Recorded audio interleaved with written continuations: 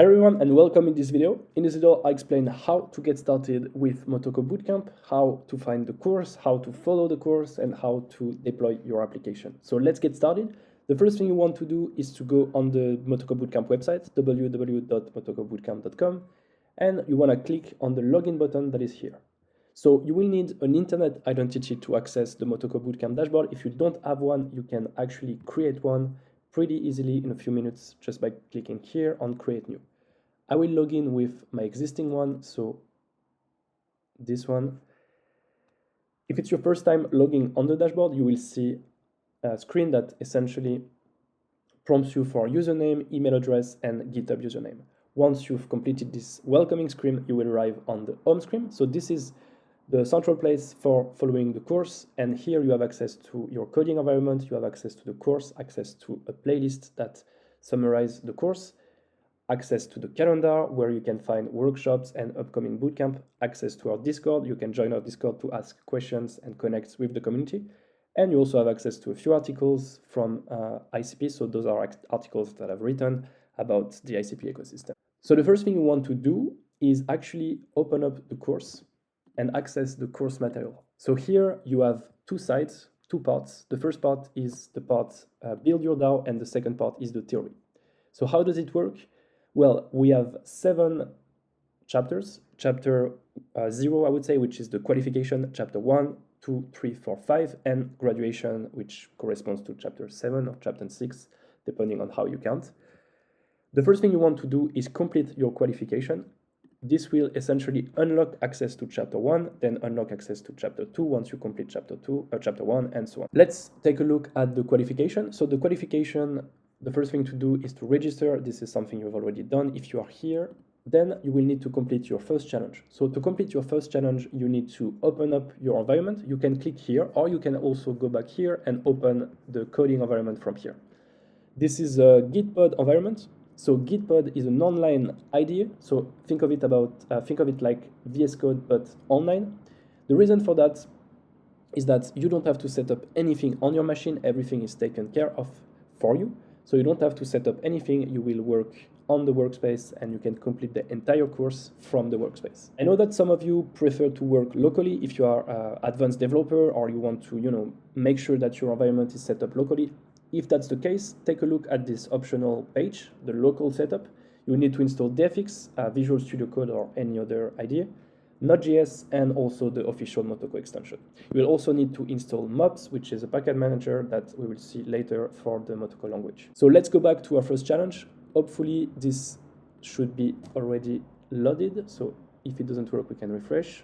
This coding environment is an online workspace where you can code, and the entire setup, so extension and necessary software, have been installed for you. So you don't need to modify anything. You can choose this repository, Visual Studio Code, in the browser and standard, and then you can click on continue. If you don't see this page, it's because you don't have a GitHub account, so you are not already logged in with your GitHub account. You need to create a GitHub account and then come back and log into Gitpod with your GitHub account. Creating a GitHub account should take around 1 or 2 minutes. It's completely free. You don't have to pay anything either for GitHub or Gitpod. Everything is free. You have up to 50 hours per month for a free usage. If somewhere in the process you have to input your credit card or to pay something, something is going wrong. You are not doing in the right order. So you don't have to pay anything and just create your GitHub account and come back here. Then click on continue. So this workspace, you can think of it as an online coding environment, just like Visual Studio Code, but on your browser. And so everything will be installed on a remote machine, and then you access the remote machine through this link. So we can see that it will take around 30 seconds to set up all the necessary software, extension for Motoko, and also DFX. DFX is the command line tool that we will use to deploy canisters, to build and deploy canisters. Once the setup is done, you will see this message, installation complete. Please close this terminal and open a new one to finish the setup and start working on your project.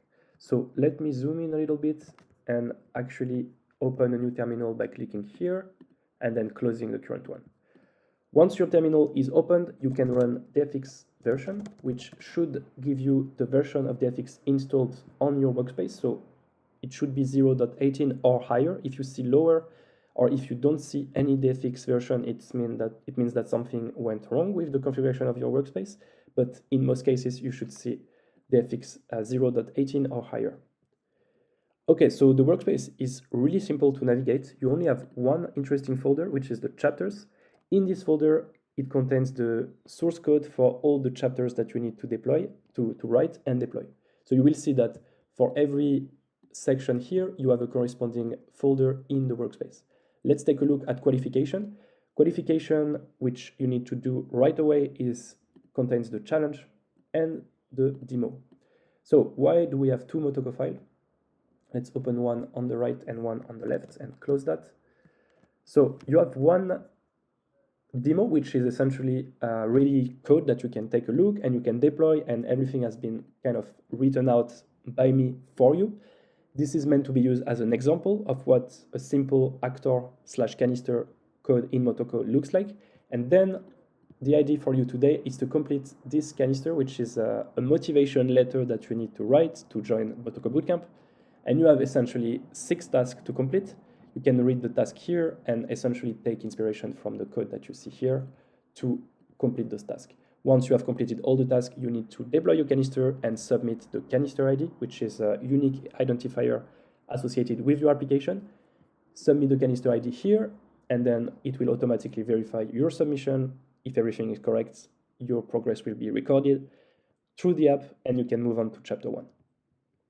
So let me take a look and explain a little bit about this actor, and then I will let you write the code for this motivation letter. So let's close that. You can follow this with the course actually. So if you take a look at this 1.2, your first challenge section, you can see that, okay, so once we have set up the workspace, we have went into the FX version, everything, we have an explanation of the demo. So the first thing that we can take a look at is this actor. Whenever you open a Motoko file, there is a very high probability that the first word you encounter is actor.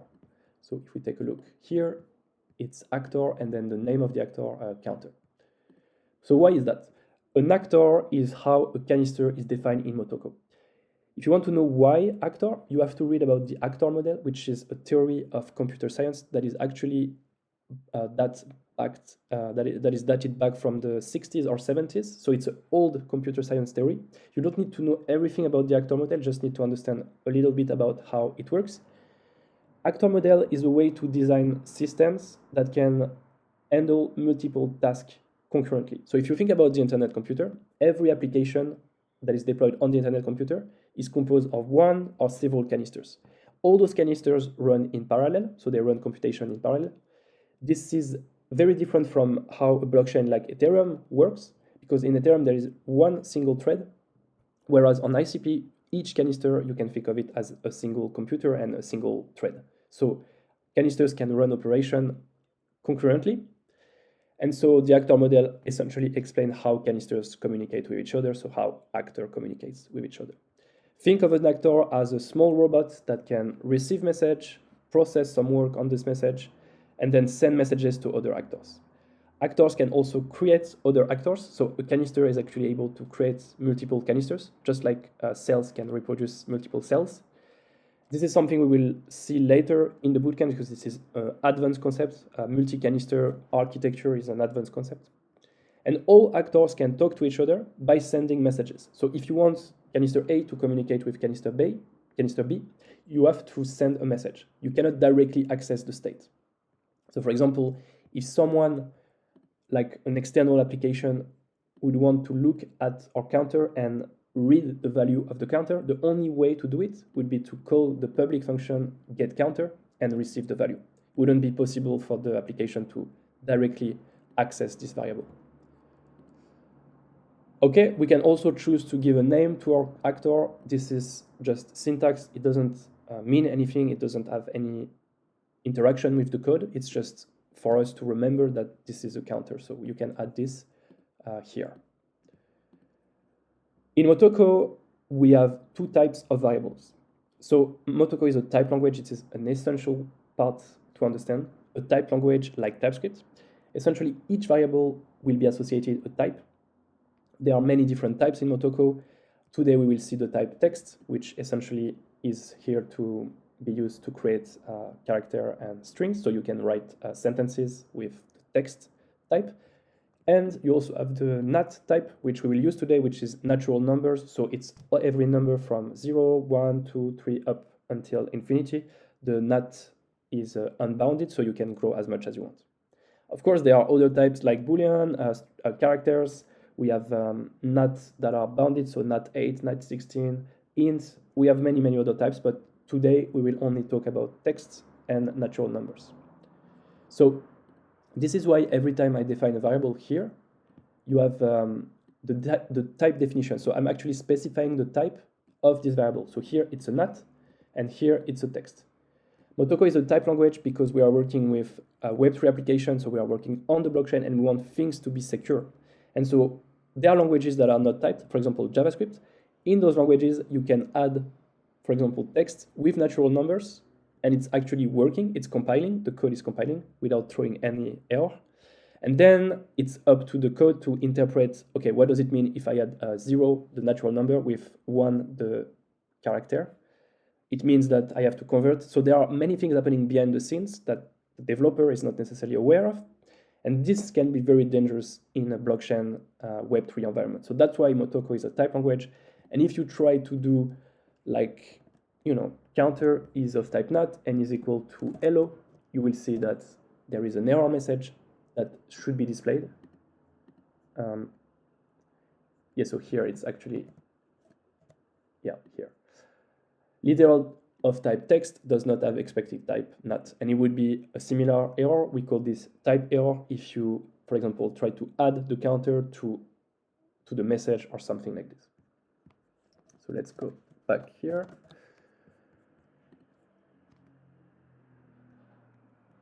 I was saying we have two types of variables in Motoko. We have immutable variables that can never change. So I know this can be a little bit surprising the first time. What is an immutable variable? It's a variable defined with let, and this is a variable that we can actually never change. So once you define it, you can never change it. Variables, I know when we think about variables, we think about properties or boxes that can change and have multiple values. But in this case, an immutable variable, think of it like a const in some other programming language.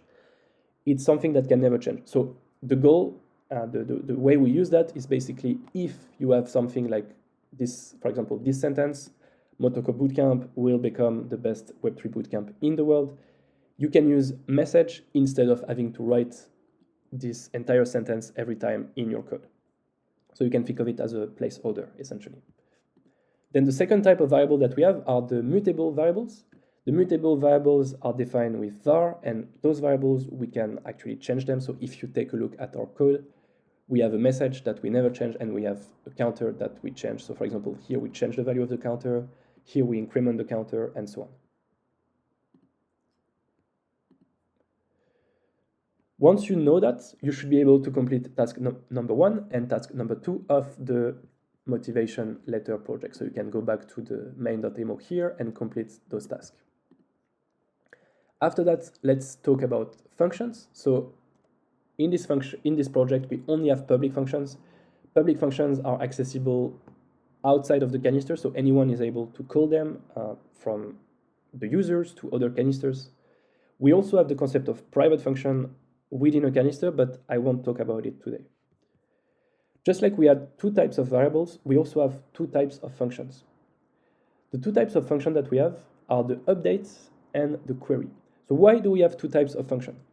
Well, the problem is that we are working in a blockchain environment, so there is a consensus behind the hood. The internet computer runs a consensus protocol, and this takes time, this takes energy, and it takes around 2 to 3 seconds to reach consensus. 1 to 2 seconds if we want to be more precise, but from the developer perspective, it will be around 2 seconds. And so every time you want to change a variable, you have to go to consensus, and so it would take 2 seconds every time to run a function at least. That's why we have the concept of query function, because actually when we are using the internet and we are using like application and services, most of the time we actually don't need to reach consensus because we are just a browsing application. We are just looking at an article, reading on social media, loading a video, and all of this does not require consensus because we are not actually modifying anything. So update function modify a canister state, and it requires consensus from all the nodes of the subnet, so under the hood, the nodes that are actually running the application. This results in a 2 to 3 second delay. Update call can be used for posting on social media, sending a message on a messaging application, buying an NFT, everything that changed the state. Sending a token would be another example. In Motoko, every function is an update function by default. So you can see that here we have defined 2 update functions. Public function set counter, which change the value of the counter, and increment counter that increment the value of the counter.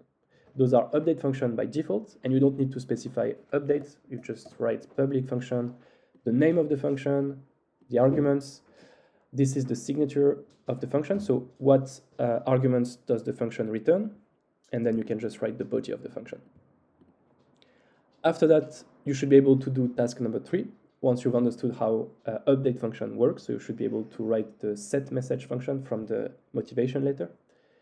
And then finally, we have query calls. So query calls are ideal for reading the data without changing the state. So they are very fast, about 200 milliseconds. And a single node can respond a query call. So they are a little bit less secure. There are some ways to make the query calls secure, which I won't talk about today. This is an advanced topic. We can essentially certify them prior to the execution of the query call. The query calls are used in scenarios like reading an article, checking your user profile, loading a video or a picture, something that doesn't require modification. In Motoko, we can define query function by using the query keyword. So if you go here, you can see that you have the query keyword that is added here. And then it's the same syntax as update function. So you have the name of you have the func, the name of the function, the type that you return, and so on. With this knowledge, you should be able to complete task number 4 and task number 5 of the motivation letter. Once you're done, you will need to deploy your canister, and I'll show you how to do that. Once you are done with task number 4 and task number 5, the final task will be to deploy your application. So to deploy your application, we will run a command similar to that. dfx is the command line that we use. So dfx deploy playground, we will deploy in the playground because we don't want to pay for this. If you were to deploy a real production application, you would have to get your hands on cycles, so credits, and pay for that. But today you can use the playground. And then the name of our canister. So how do we know the name of our canister? We have to look into the repository. So we have to look into our files. We have to look into dfx.json. dfx.json is a configuration file for dfx, and it contains the name of all the canisters that we are going to deploy. So you can see you have the counter, you have the motivation letter, the chapter 1, and so on. And then it contains the main file, so the file path to the main Motoko file that you are going to use, and the type of the canister. So this is always going to be Motoko in our case. And this essentially represents the path to your file, so chapters, qualification, demo, and so this one, the motivation letter. So the one that will deploy for the example is the counter, but you will have to deploy the motivation letter. If it's your first time deploying canister, it will create an identity. So you can see here my seed phrase, but I'm not planning to use this identity for anything private. And then it will take a few minutes and deploy your canister. And now you have deployed your first application on the internet computer. So this application is actually live because the playground is a specific part of the internet computer. So your application is live and can be accessed by anyone. If you were to share this link with someone, this person will be able to access the interface of your canister and interact with it. This is called the Candid UI. The Candid UI is a visual interface that is very practical to essentially communicate with our canister. We can see all the public functions of our canister and we can interact with them. So I can show you how this works. For example, if we want to get the counter, it should be 0. This is a query call, so you can see it's pretty fast. And then if we want to increment the counter, this is an update call, so it will take a little bit more time, 3 seconds in this case. And after that, we should be able to see the modification with the counter. We can also use set counter. Set counter is an update call again, so it should take around 3 seconds, and we can see that the modification has been performed. So once you have deployed your canister, you will have this canister ID, and so the ID for you is to go on the website to put your canister ID here and to submit it. So this one shouldn't work because this is not the one that is expected. The one that is expected is the motivation letter that you need to build. So yeah, I receive an error, but you should see a submission validated. And once your submission is validated, you should be able to access our OpenChat group. And so OpenChat is a messaging application that is built 100% on the internet computer. The application is actually controlled by a DAO. It was the first application that was controlled by a DAO. And you can access the Motoko Bootcamp group by clicking here. So I'll see you on the Motoko Bootcamp group. This is what it looks like. This is our welcome group. So you can reach out and post a message whenever you're done with your qualification application. Good luck, and I see you on OpenChat.